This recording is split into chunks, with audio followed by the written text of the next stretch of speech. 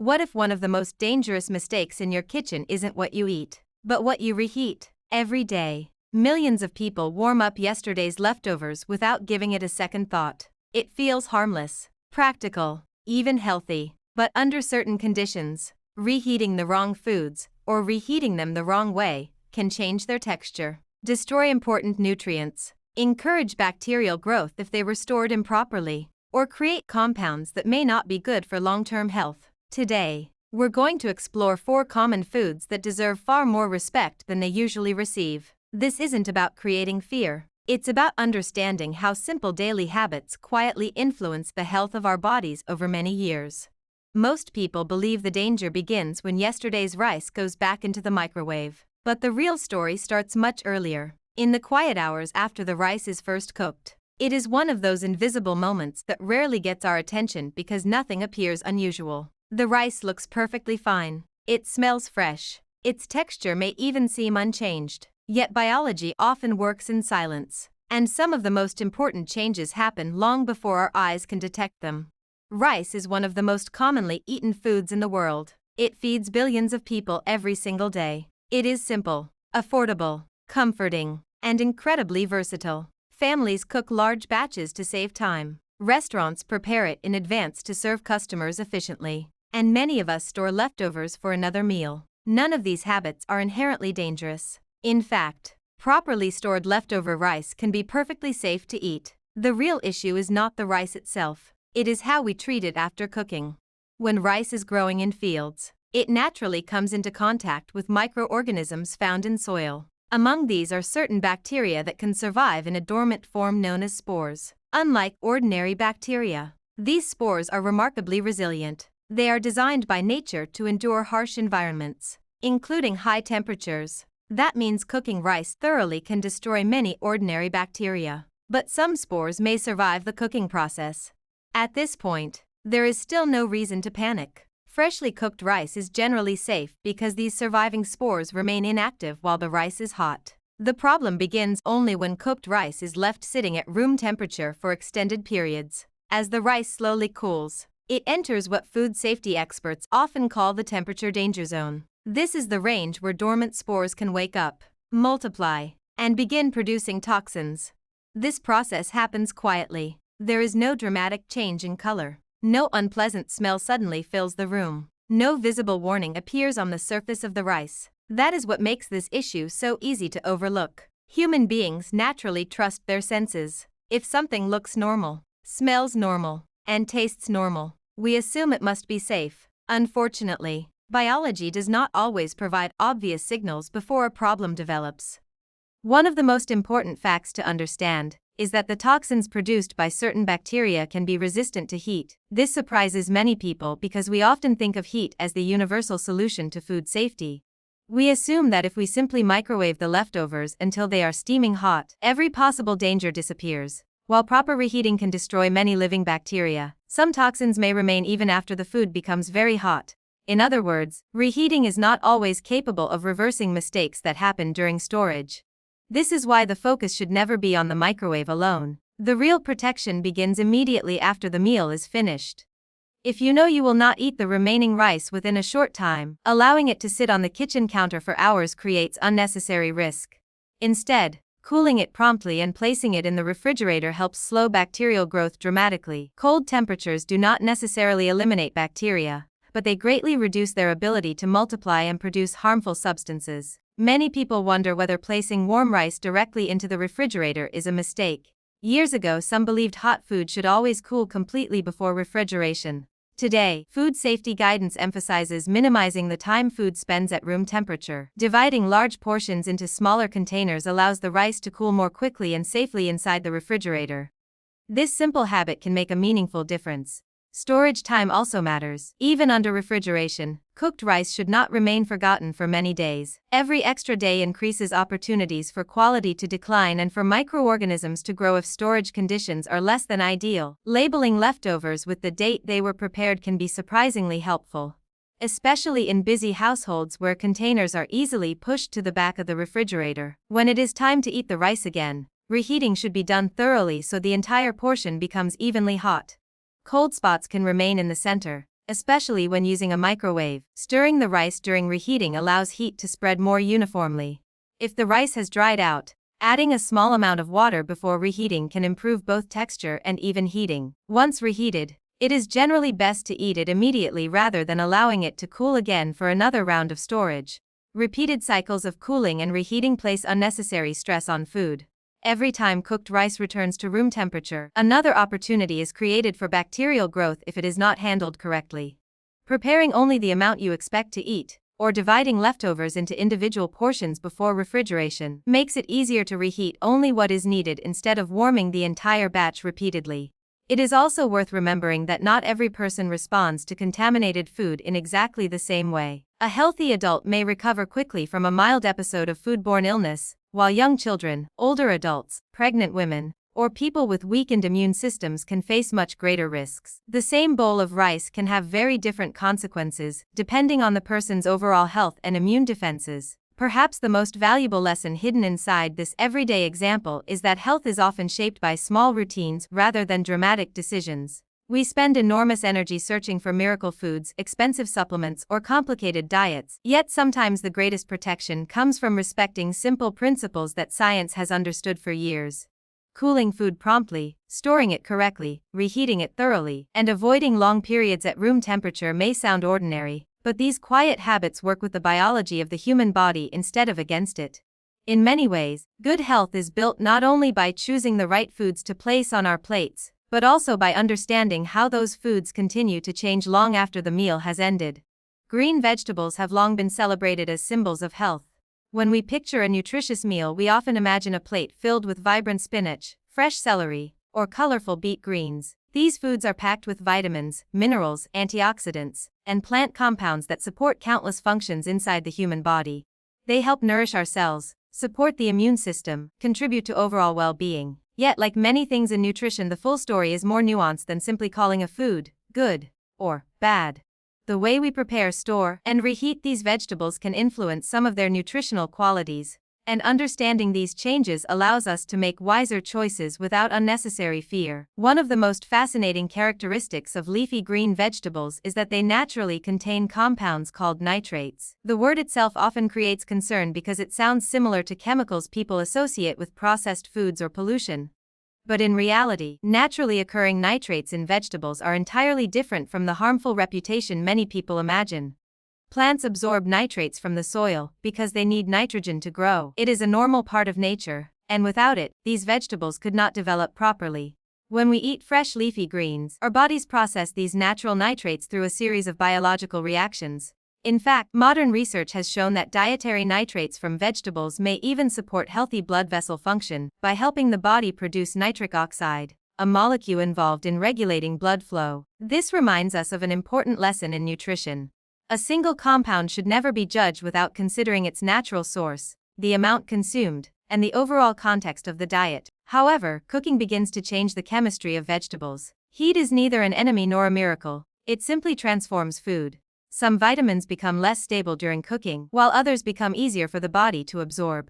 Cell walls soften, flavors develop, and textures change. These transformations are a natural part of preparing meals, and they are not automatically harmful. The concern arises when cooked leafy vegetables are repeatedly heated or stored improperly for long periods. Each time food is exposed to heat, delicate nutrients face another round of stress. Vitamin C, for example, is particularly sensitive to high temperatures. Some B vitamins can also decline with repeated heating. This does not suddenly turn healthy vegetables into unhealthy foods, but it does mean that repeated cooking may gradually reduce some of the nutritional value that made these vegetables beneficial in the first place. If the goal is to nourish the body as completely as possible, minimizing unnecessary reheating helps preserve more of these valuable nutrients. Another reason experts often recommend avoiding repeated reheating of leafy greens relates to the possible chemical changes involving naturally occurring nitrates.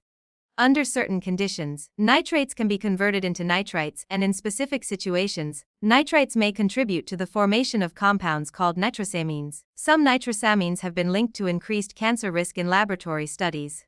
This information is scientifically important, but it must also be presented carefully and honestly. The evidence does not suggest that reheating spinach once automatically creates dangerous levels of harmful compounds, or that eating reheated vegetables inevitably leads to cancer. Human nutrition is far more complex than that. The amount of these compounds depends on many factors, including the type of vegetable, cooking method, storage conditions, temperature, and the overall composition of the meal. Scientists continue to study these interactions because biology rarely offers simple yes or no answers. Unfortunately, information on the internet often removes this important context. A frightening headline spreads much faster than a balanced explanation. People read that reheated spinach causes cancer and begin avoiding one of the healthiest foods available. This kind of misunderstanding replaces scientific curiosity with unnecessary fear. Good nutrition should empower people, not frighten them. The more practical concern may actually be food safety rather than chemical transformation. Like many cooked foods, leafy vegetables can become a breeding ground for bacteria if they are left at room temperature for several hours. Moisture, nutrients, and moderate temperatures provide favorable conditions for bacterial growth. Once again, the greatest risk often comes not from reheating itself but from improper storage before reheating ever begins. Imagine preparing a large pot of cooked spinach for dinner. After everyone finishes eating, the leftovers remain on the kitchen counter until bedtime before finally being placed in the refrigerator. During those several hours, bacteria may have had opportunities to multiply. Reheating the vegetables the next day cannot always reverse every consequence of improper storage. This illustrates an important principle that applies to many foods, not just leafy greens. Safe food handling begins the moment cooking ends. Cooling cooked vegetables promptly and storing them in clean, airtight containers helps preserve both safety and quality. Refrigeration slows bacterial growth and helps maintain freshness. If you know you plan to eat the leftovers the following day, refrigerating them soon after the meal is a much safer approach than allowing them to remain at room temperature for extended periods. Portion size also deserves attention. Instead of reheating an entire container repeatedly, separating vegetables into smaller servings allows only the amount needed for each meal to be warmed. This reduces repeated exposure to heat while keeping the remaining portions refrigerated until they are needed. It is a small adjustment that protects both nutritional quality and food safety. Cooking methods matter as well. Gentle steaming or light sautéing often preserves more nutrients than prolonged boiling. Excessive cooking not only softens vegetables but can also allow water-soluble vitamins to leach into cooking water. While soups and stews retain this liquid, vegetables that are boiled and then drained may lose some valuable nutrients. Preparing vegetables with moderate heat and avoiding overcooking can help preserve much of their natural nutritional value before reheating even becomes a consideration. Perhaps the most reassuring message is that leafy green vegetables remain among the healthiest foods people can eat. The goal is not to eliminate them from the diet or become anxious about every leftover meal. Instead, it is to appreciate that even healthy foods deserve thoughtful handling. Freshly prepared vegetables often provide the best combination of flavor, texture, and nutritional value, but properly stored leftovers can still be part of a healthy eating pattern. Science rarely asks us to live in fear. Instead, it invites us to observe carefully, question confidently, and make decisions based on evidence rather than myths. Every meal offers an opportunity to practice this mindset. The vegetables on our plates are products of nature, shaped by sunlight, soil, water, and time. Once they enter our kitchens, their journey continues through our choices. How we cook them, how we store them, and how we reheat them all become small but meaningful parts of the relationship between food and health, reminding us that wisdom in nutrition often comes not from extreme rules but from understanding the quiet biological processes unfolding in everyday life. Chicken has earned its place on dinner tables around the world for good reason. It is rich in high-quality protein, provides important vitamins and minerals, and can be prepared in countless delicious ways. For many families, it is a reliable source of nutrition that fits comfortably into everyday life. Because it is so common, we often become comfortable with it. Familiarity creates confidence, and confidence sometimes leads us to overlook the small details that matter most. Yet when it comes to cooked chicken, those details can make the difference between a safe meal and one that carries unnecessary risk. Many people assume the only challenge with chicken is making sure it is fully cooked the first time. That is certainly important, but the story does not end when the meal is served. What happens after cooking is just as significant. The journey from the dinner table to the refrigerator and then back onto the plate the next day is a process shaped by biology, temperature, and time. Understanding this journey helps us appreciate why proper reheating deserves far more attention than it usually receives. When chicken is cooked thoroughly, harmful bacteria that may have been present on the raw meat are destroyed. This is why food safety experts emphasize reaching an appropriate internal temperature during the initial cooking process. At that moment, the chicken is generally safe to eat. The problem begins only if cooked chicken is handled carelessly afterward. If it remains at room temperature for several hours, bacteria from the surrounding environment can find opportunities to multiply. The chicken itself does not suddenly become dangerous on its own. Instead, it becomes a place where unwanted microorganisms can grow if conditions allow. One of the biggest misconceptions is that reheating automatically solves every food safety problem. Many people believe that as long as yesterday's chicken feels hot when they eat it, everything must be safe. But the reality is more complicated. Reheating is only effective when the entire piece of chicken reaches a safe temperature. This sounds simple, yet in practice it is often where mistakes happen. Think about how most people use a microwave. A plate of chicken goes inside, the timer is set for a minute or two, and when the outside feels hot, the meal is considered ready. The problem is that microwaves do not always heat food evenly. Waves of energy move through the food in uneven patterns, creating hot spots and cold spots. One part of the chicken may be steaming, while another part hidden in the center remains much cooler. These cold spots matter because bacteria survive where sufficient heat has not reached. A meal that appears hot on the surface may still contain areas that never became hot enough throughout. This is one reason why stirring food, turning pieces over, or allowing short resting periods during microwave heating can improve safety. Heat continues to spread after the microwave stops, helping temperatures become more even throughout the food. The size and shape of the chicken also influence reheating. Thick chicken breasts require more time than thin slices. Bone-in pieces heat differently from boneless ones because bone and meat absorb heat at different rates. A container packed tightly with several pieces warms less evenly than a single serving spread across a plate. These may seem like small details, but together they determine whether every bite reaches a safe temperature. Proper storage before reheating is equally important. Once dinner is finished, leftover chicken should not remain sitting on the kitchen counter for long periods.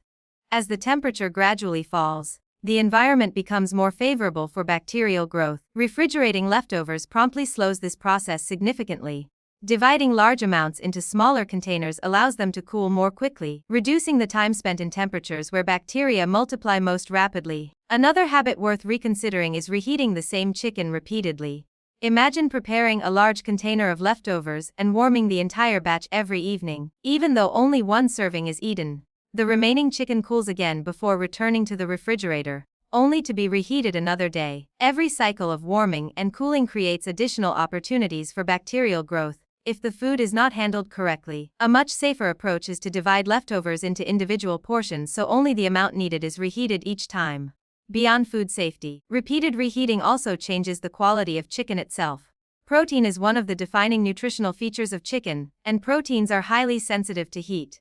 During cooking, protein molecules unfold and tighten, giving cooked chicken its familiar texture. When chicken is heated again and again, these proteins continue to change. Moisture escapes from the meat, fibers become firmer, and the texture gradually becomes dry and tough. Anyone who has eaten reheated chicken that feels rubbery or difficult to chew has experienced this transformation firsthand. The chicken has not necessarily become unsafe because of this change, but its eating quality has declined. Moisture that once made the meat tender has evaporated, leaving behind a less satisfying meal. Some vitamins naturally present in chicken are also sensitive to repeated heating. Certain B vitamins can decline during prolonged exposure to heat. The losses are generally modest, and reheated chicken still remains a valuable source of protein and nutrients, but unnecessary reheating slowly reduces some of its nutritional value. Freshly prepared chicken usually provides the best balance of flavor, texture, and nutrition. The method of reheating also influences the final result. Gentle reheating with a small amount of moisture often helps preserve tenderness better than exposing chicken to intense heat for extended periods. Covering the chicken while reheating can reduce moisture loss by trapping steam inside the container. These simple techniques improve both eating quality and more even heating. It is also important to recognize that people do not all share the same level of vulnerability. Healthy adults may recover from mild foodborne illness within a short period, but older adults, young children, pregnant women, and individuals with weakened immune systems face greater risks from contaminated food. For them, careful food handling is not simply good practice, it is an important part of protecting overall health. There is something surprisingly meaningful hidden inside this ordinary piece of chicken. It reminds us that health is rarely determined by dramatic moments. Instead, it grows from quiet routines repeated day after day. The decision to refrigerate leftovers promptly, to reheat only what is needed, to ensure even heating throughout the meal, and to respect the biology of food may seem ordinary, yet these small actions accumulate over months and years. They reflect a mindset that values prevention over correction. Modern medicine has accomplished extraordinary things, but many illnesses are still easier to prevent than to treat. Safety belongs to this philosophy of prevention. We cannot see bacteria with our eyes, and we cannot always recognize risk through smell or taste. Instead, we rely on scientific understanding to guide habits that protect us even when nothing appears wrong. In many ways, the kitchen becomes a place where science quietly serves everyday life, reminding us that every careful decision made before a meal reaches the table is an investment in the health of the people gathered around it. There is something deeply satisfying about the sound of food sizzling in a hot pan. The aroma of onions turning golden, vegetables softening, or chicken developing a crisp outer layer creates a feeling of comfort that has been part of human life for generations. Heat transforms raw ingredients into meals that nourish us and bring families together. Cooking itself is not the enemy. In fact, without heat, many foods would be difficult to digest or even unsafe to eat. But like so many things in biology, the question is not whether heat is good or bad. The more important question is how much heat, for how long, and how many times the same oil is exposed to it. Cooking oils are remarkable substances. They carry flavors, transfer heat efficiently, and help create textures that many people enjoy. Whether it is sunflower oil, canola oil, olive oil, or another common cooking oil, each begins as a relatively stable mixture of fats. These fats are made of tiny molecules that appear unchanged to our eyes, but at the microscopic level they are constantly responding to their environment. The moment oil is poured into a hot pan, a quiet chemical transformation begins. As the temperature rises, the molecules inside the oil start moving faster. This is perfectly normal and expected. But if the oil becomes extremely hot or remains hot for a long time, those molecules begin to break down. Oxygen from the surrounding air reacts with the fats in a process known as oxidation. This word may sound technical, but the idea is simple. The fat molecules slowly lose their original structure and form new compounds that were not present when the oil was fresh. At first, these changes are small. The oil may still look clean and smell normal. But with repeated heating, oxidation continues. The color often becomes darker. The texture may feel thicker. A stronger smell begins to develop. These visible changes are only part of the story. Beneath the surface, many new chemical compounds are forming, including substances known as aldehydes and other products of fat degradation. Scientists continue to study exactly how these compounds influence long-term health, but there is broad agreement that minimizing unnecessary exposure to heavily degraded cooking oils is a sensible precaution. One of the most common examples of repeated oil heating happens in deep frying. Imagine a pot of oil used to cook a batch of fries. After the meal, instead of discarding the oil, it is allowed to cool and is used again the next day, then again the following weekend. Each heating cycle places additional stress on the oil. The same molecules are repeatedly exposed to high temperatures, oxygen, moisture from the food, and tiny food particles left behind after frying. Every cycle accelerates the chemical changes already taking place. This is not simply a concern for restaurants. Many households unknowingly practice the same habit. It feels economical to reuse oil several times, especially when the oil still appears usable. But appearance can be misleading. Many of the most important chemical changes cannot be seen with the naked eye. An oil that looks acceptable may already contain significantly more oxidation products than it did when it was first opened. Fried foods themselves also continue to change after cooking. When food is immersed in hot oil, some of that oil is absorbed into its surface. If the oil has already begun breaking down, the food carries some of those degradation products with it. Reheating fried foods later exposes those absorbed fats to another round of heat, encouraging even more oxidation. The result is not only a change in taste and texture but also a further decline in nutritional quality. Anyone who has eaten freshly fried potatoes immediately after cooking and compared them with fries reheated several times has noticed the difference. The crisp texture fades. The flavor becomes heavier. Sometimes a slightly stale or bitter taste appears. These changes are more than culinary disappointments. They reflect ongoing chemical reactions inside the fats themselves. One important concept often misunderstood is that the health concern is not simply about calories. Many people judge oils only by the number of calories they contain, but calories tell only part of the story. Two meals with identical calorie counts may differ greatly in nutritional quality, depending on how the fats were handled during cooking. Fresh oil and repeatedly overheated oil may provide similar energy, yet their chemical composition can be very different. Temperature also matters enormously. Every cooking oil has what is commonly called a smoke point. This is the temperature at which the oil begins producing visible smoke because its molecules are breaking down rapidly. Once this point is reached, oxidation accelerates, flavors deteriorate, and more degradation products are formed. Seeing smoke rise from a pan is often a sign that the oil has been heated beyond what is ideal for cooking. Different oils behave differently under heat because their fatty acid composition varies. Some contain higher proportions of monounsaturated fats, while others contain more polyunsaturated fats. These structural differences influence how stable each oil remains during cooking. Oils with greater heat stability generally tolerate cooking temperatures better, while others are more suitable for lower heat preparation or use in salad dressings. Understanding these differences allows people to choose the right oil for the right purpose, rather than assuming every oil performs equally under intense heat. Food particles left behind after frying create another challenge. Tiny crumbs of breading, herbs, or spices continue cooking every time the oil is reheated. These particles burn more quickly than the oil itself, producing additional unwanted compounds and affecting both flavor and quality. Filtering reused oil removes some visible debris, but it cannot reverse the molecular changes already taking place inside the fat.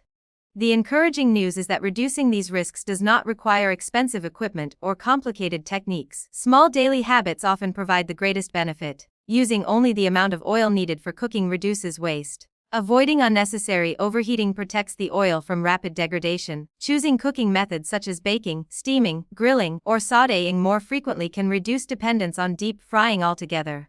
When frying is appropriate, using fresh oil and avoiding repeated heating helps preserve both flavor and quality. Reheating leftover fried foods deserves similar attention. Instead of repeatedly warming the same portion over several days, reheating only what will be eaten immediately limits repeated exposure to heat. Better still, preparing moderate portions in the first place reduces the need for multiple reheating cycles. Perhaps the deeper lesson hidden inside cooking oil has very little to do with chemistry alone. It reminds us that every ingredient has limits. Nature provides extraordinary foods capable of nourishing us, but those foods respond to the choices we make. Heat gives us delicious meals, yet excessive heat gradually changes the very molecules that once made those meals wholesome. The kitchen becomes a quiet laboratory, where thousands of invisible reactions occur every day without attracting our attention. Science invites us to notice these hidden transformations not so we become anxious about every meal, but so we develop respect for the remarkable relationship between food and the human body. Health is rarely protected by dramatic gestures. More often, it grows from ordinary decisions repeated consistently over a lifetime. Choosing fresh ingredients, using cooking oils wisely, avoiding repeated overheating, and understanding that even the simplest kitchen habits influence the chemistry of what we eat reminds us that prevention often begins long before the first bite reaches our mouths, quietly shaping our well-being through choices so small they are almost invisible until viewed across the span of an entire lifetime. If there is one lesson that quietly connects every food we have explored today, it is this: the greatest threats to food safety are often invisible. We tend to trust what we can see, smell, and taste. If a meal looks fresh, smells pleasant, and tastes normal, we naturally assume it is safe. But the microscopic world does not follow the rules of human perception. Bacteria, oxidation, and chemical changes occur without announcing themselves. They do not change the color of every meal or produce an obvious warning.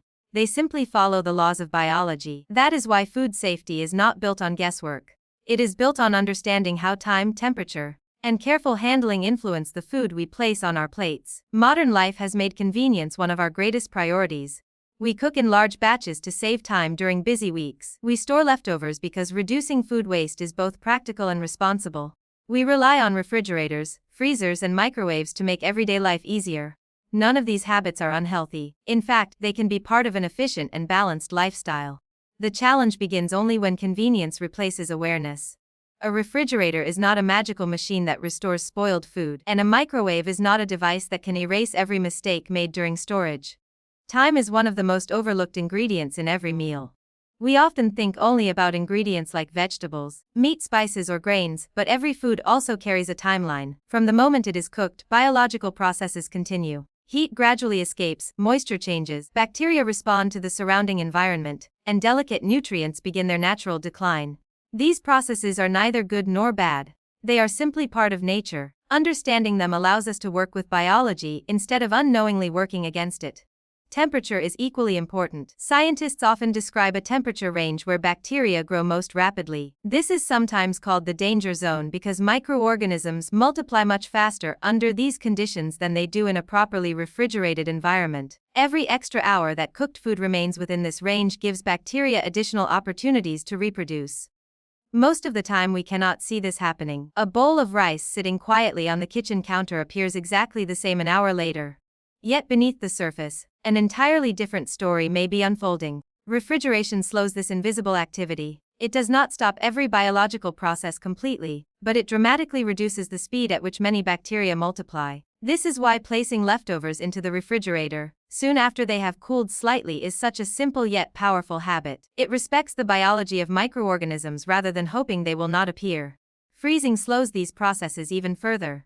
While freezing does not necessarily destroy every microorganism, it pauses much of their activity. Properly frozen food can remain safe for much longer periods than refrigerated food, provided it is thawed and handled correctly afterward. Once again, the principle remains the same. Science is not asking us to fear food. It is asking us to understand the conditions under which life at the microscopic level either slows down or accelerates. Oxidation adds another layer to this story. Unlike bacteria, oxidation does not involve living organisms. Instead, it is a chemical process in which oxygen interacts with fats, vitamins, and other molecules inside food. Every time oil is heated, every time food is exposed to air, and every time leftovers remain stored for extended periods, oxidation quietly continues. It may slowly reduce flavor, change texture, and decrease nutritional quality. These changes are often gradual rather than dramatic, reminding us that health is influenced not only by what we eat, but also by how our food changes over time. There is something surprisingly humbling about realizing how much of our health depends on processes we cannot observe directly.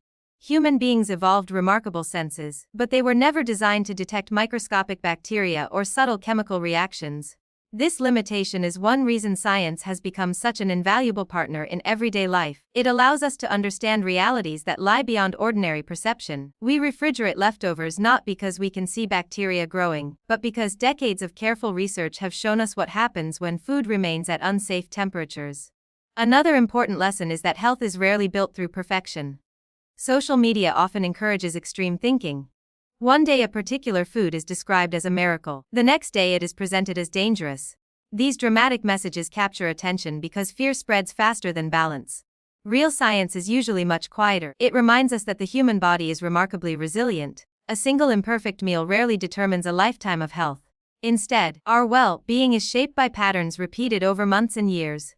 This perspective is deeply reassuring. It means we do not need to become anxious every time we open the refrigerator. We do not need to throw away every leftover meal or fear every reheated dinner. Instead, we simply need to build thoughtful habits that reduce unnecessary risk. Cooling food promptly, storing it properly, reheating it thoroughly, avoiding repeated heating cycles, and respecting recommended storage times are not difficult tasks. They are small acts of consistency that gradually become second nature.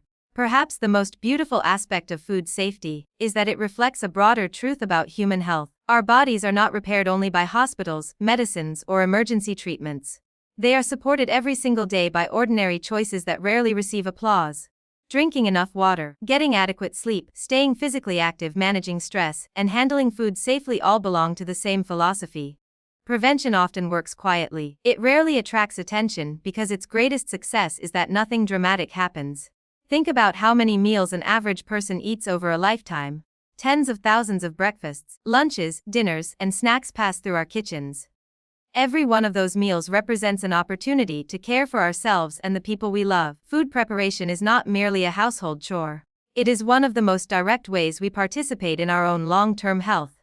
Every container placed carefully into the refrigerator, every meal reheated evenly, and every decision to avoid unnecessary food waste, while maintaining safety, reflects an understanding that health is created through repeated acts of attention, rather than isolated moments of perfection. In many ways, the kitchen becomes one of the first places where science meets compassion.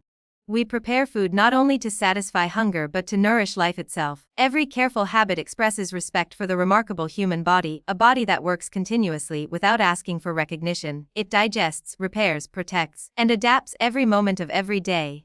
The least we can do is support those extraordinary biological systems with thoughtful choices grounded in evidence rather than assumption. When we understand that time, temperature, storage, and preparation are not separate from nutrition but essential parts of it. We begin to see food differently. Not simply as something we consume, but as something we are entrusted to handle with knowledge, patience, and care, allowing every ordinary meal to become another quiet investment in a healthier future built one careful decision at a time. This video is created for educational and informational purposes only. It is not intended to diagnose, treat, cure, or prevent any disease, and it should not replace advice from your doctor or another qualified healthcare professional. Scientific understanding continues to evolve, and individual health needs may vary. If you have a medical condition, concerns about your diet, or questions about food safety, consult a licensed healthcare professional or a registered dietitian before making significant changes to your eating habits.